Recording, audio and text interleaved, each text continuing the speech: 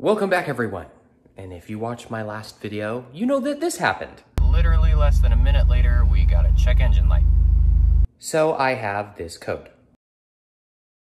So I'm going to attempt to fix it in this video. So as far as I can tell, based on that code, is I need a camshaft sensor on the right-hand side of the car. So if you're sitting in the car, it's right-hand side. If you're looking at the car working on the engine, it's the left-hand side. Whatever. But apparently that's my issue. It can, as far as I've read, it can be two issues. It can either be the sensor itself or the sensor can just be dirty. While I'm in there, they're not super expensive. I might as well replace it. And I'm also going to replace the one on the other side because I got a deal for two for the price of one. So I got two of them. I'm going to replace them both and afterwards change the oil. I think it's a good way of doing it. I don't need to change my oil as far as I know, but that should solve the problem because that's the two things that could only cause it. Let's change it. All right, we've got the Subaru Forester. We've got the fan because God, it's hot in this garage. I still haven't done any sort of insulation in here. I need to do it on the roof of the garage and the door itself, but that's a separate video, separate time. So we're gonna be working right in here. It is apparently very hard to get a decent video or answer on where the location of these two sensors are, but as far as I can tell, it is on the left side and the right side, which you have two sensors apparently. And they're a little bit hidden. So the one that I need to get at to fix this issue, if we look over here, so we've got our reservoir tank. If we look right down here, you'll be able to see, holy, get the light down here. We've got this sensor right down here. Not this gray one up here, but this one down here that's got the black and the gray. That one, as far as I can tell, that's the one we're trying to hit on the left side. I guess we'll learn. And then on the right side, we've got one, you can see, let me put this down here. You see that we've got our injectors. It's going to be right behind that like wire harness down there. It's gonna be basically on the same side. We'll have to take out the reservoir in here to get better access. We might have to take a hose off, but I'm gonna see if I can do this without removing anything, just in case people don't have stuff to actually remove that. So the first one, which is our problem child, is gonna be on this side. So let me see if I can reach down in here, down in the depths, and get, I'm guessing a 10 millimeter on that guy right down there. Well, this is definitely not easy to get to. I've already taken off my air intake. And then if you look in here, I've already taken off both the sensors. So I've popped both of those off, just like you would anything else. Try to do it with your hands and it doesn't work. So you get a pair of pliers to kind of pop it off. Anyway, once those come out, I thought I'd have a little bit more room to get to that 10 millimeter down there, but man, I got like a wobbly socket on there. It still won't fit right. It's just too close to that connector. So, and then a regular wrench, there's not enough room down here. I'm gonna need to get a different type of wrench. So I'm gonna keep trying. Okay, I was finally able to get it. So I got my little flex head here. Really long extension to a wobble to a 10. And basically I worked from the ground up. So I put the 10 on first and then I put the wobble on and then got it as best as I could flush to the ground of that bolt, which it's not perfect, it's a little off. And then put the extension on and just kind of, it's not gonna be super, super tight. It's just in a really bad location. So I cracked it loose. I should be able to get it off by hand now. All right, I got the screw out. Now let's see, it's really awkward. There we go. I got that out.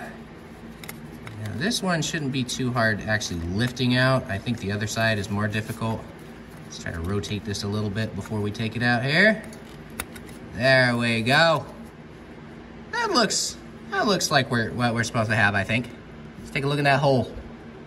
Think it looks good. Don't see any schmutz. Well, it's dirty, but I really don't think cleaning this up is gonna really improve anything because it's not crazy gunked up. So, yeah, I'll go ahead and replace this, pop in the new one, just do all the reverse head smashing against the wall stuff. Hopefully not strip out the bolt that was in there because that was not the proper tool to get that out. Well, here's the new one. Looks spitting resemblance, so I'm really hoping I got the right part because, again, if you go on like Amazon, it gives you ones with 2 prongs, 3 prongs, and it's like, oh, this fits your Subaru. You're a freaking liar, because if I got the wrong one, this wouldn't have fit. So I'm going to put where I got this down below if you want to replace both at the same time like I did. So, yeah.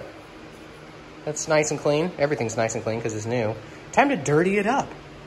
Also, before I jack up the seal, I am going to put some fresh oil around the O-ring just so I don't pop it out of place or smash it or kink it or do any of that stuff. It just really likes Bella. It's like, focus on this. It's like, dog. There we go. Just popped it back in. Just hand tightened it in. As you can see right there. Pretty easy to pop back in. Just definitely make sure you put some oil around that ring.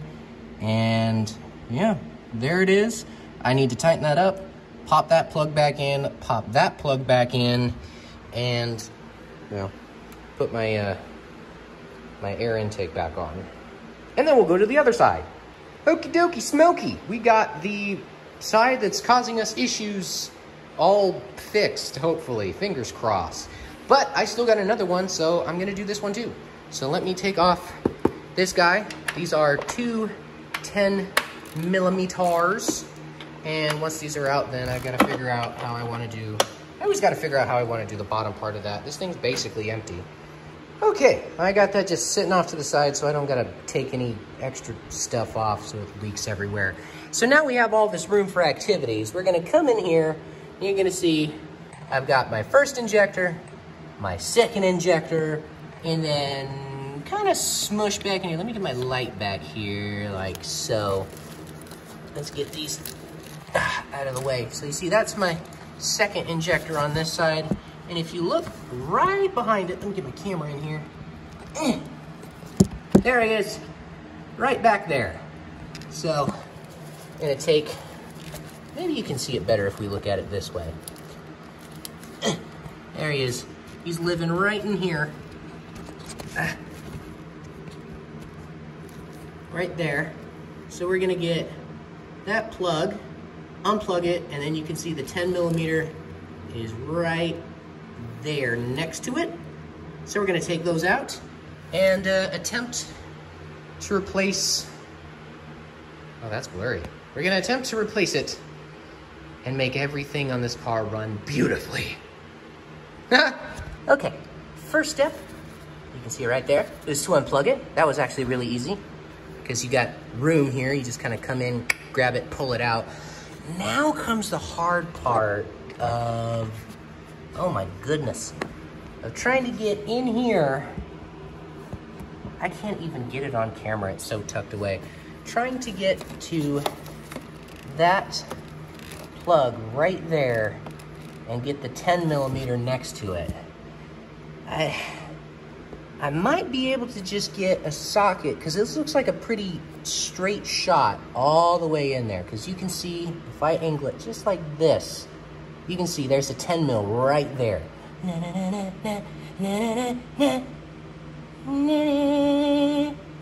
There's the 10mm. We must destroy it. But how? There it is. I finally got it loose.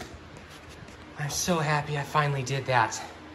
And it's just, it really was just a little bit of finesse. Just a little bit of finesse. That's all it was. It's very simple. And I may have stripped it a lot. And all of you Subaru mechanics that are cringing at me right now, just shut up. Just tell me what I'm supposed to use. Because I don't freaking know. How? Without taking freaking everything off. My way worked without taking stuff off, so. All right, you can see that I got it off there. So now it's gonna be the same thing as the other side. I'm just gonna wiggle it up and it will surely pop off like a glove. Yeah, see, it's already nice and loose. It wants to come out. It's begging. It's like, please, I need to be replaced. I'm not dead yet, but I will be. There we go. This one's got a same thing as the other side. A little bit of little coating of schmutzy doodle, but that's totally fine. Maybe it's just a little bit of a dirty oil. Maybe I just needed to change my oil at like 1,000 miles. I have been doing a lot of pulls. Found it, so we're gonna get this one. If you want the numbers, there it is, but I link it down below, so find it down below. Alrighty, she is lubed up and ready to go in the hole. This should be much easier, because I'm not gonna torque it on like a crazy person. She's on there is snug, as I feel comfortable with. And I just gotta put the little harness back on, which is easy, just tucking it under and popping it up in here.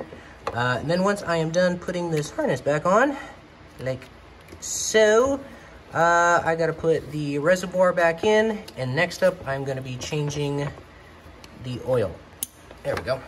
All right, just got done draining all the oil, and boy, it was definitely dark. Even though I'm nowhere close, I guess a bunch of pulls, you really need to change the oil more often. So I just put in the new oil, and this is actually the first time I've changed the oil.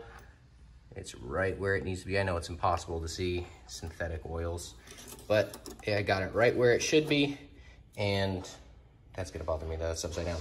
But it is right where it should be with the new oil pan that I have, the new dipstick. You can watch those videos when I did that conversion. But all that is nice and clean. I'm gonna start it up, let it warm up for a little while, turn it off and make sure the oil's where it should be. And I also need to go in there and clear the codes, see if they pop back up. All right, now I gotta jump in here and clear these codes. So we'll jump into troubleshooting. We'll go ahead and reset. Cool, that was easy. Alrighty, we are done waiting. Let's give her first startup. After clearing the ECU might take a little while. Oh no, never mind, right up. Alrighty, definitely a cold start. We've got no heat in the engine. So let me let this warm up for a little while. I'll recheck the engine and hopefully go for a little drive. And we've got no more check engine. So already on startup, we don't have a check engine light, so that's a good sign. Well, as you can see, that did not work. Got my check engine light back on, and I am reading the exact same code as before. So there you go, guys. That's how you replace those. Hopefully it fixed it for you. Now I am gonna go home and cry.